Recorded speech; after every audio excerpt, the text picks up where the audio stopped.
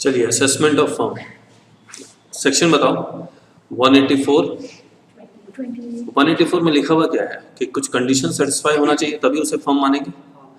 28 में कि पार्टनर्स को जो रेम्यूनरेशन और इंटरेस्ट मिलेगा वो बिजनेस इनकम माना जाएगा। 37 में फर्म के हैंड में रेम्यूनरेशन और इंटरेस्ट माइनस होगा। 40 स्मॉल बी में मैक्सिमम रेम्यूनरेशन और मैक्सिमम इंटरेस्ट का डिडक्शन मिलेगा।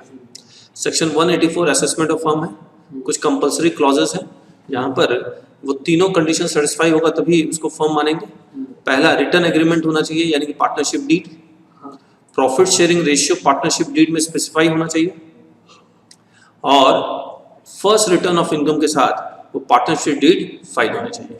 अगर ये तीनों कंडीशन सेटिस्फाई कर जाते हैं ऑल द 3 कंडीशन तो उसे मैं फर्म मानूंगा और उसको एक बार फर्म मान लिया तो उसे हमेशा फर्म मानेंगे, एओपी नहीं मानेंगे।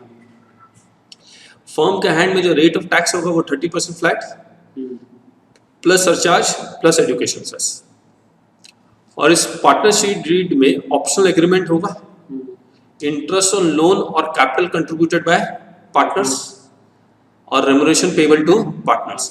अगर पार्टनरशिप डीड में interest on loan capital contributed by partners अगर लिखा हुआ है तब माइनस होगा वरना नहीं होगा।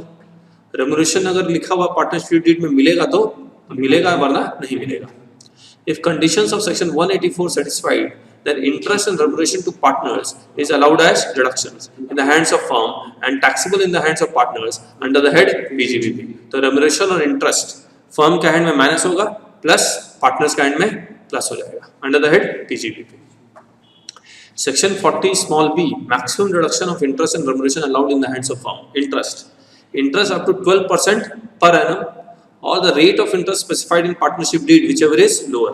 अगर पार्टनर्स ने आपस में ही एग्रीमेंट किया कि हम आपस में 8% देंगे तो मैक्सिमम इंटरेस्ट का रिडक्शन कितना मिलेगा 8%।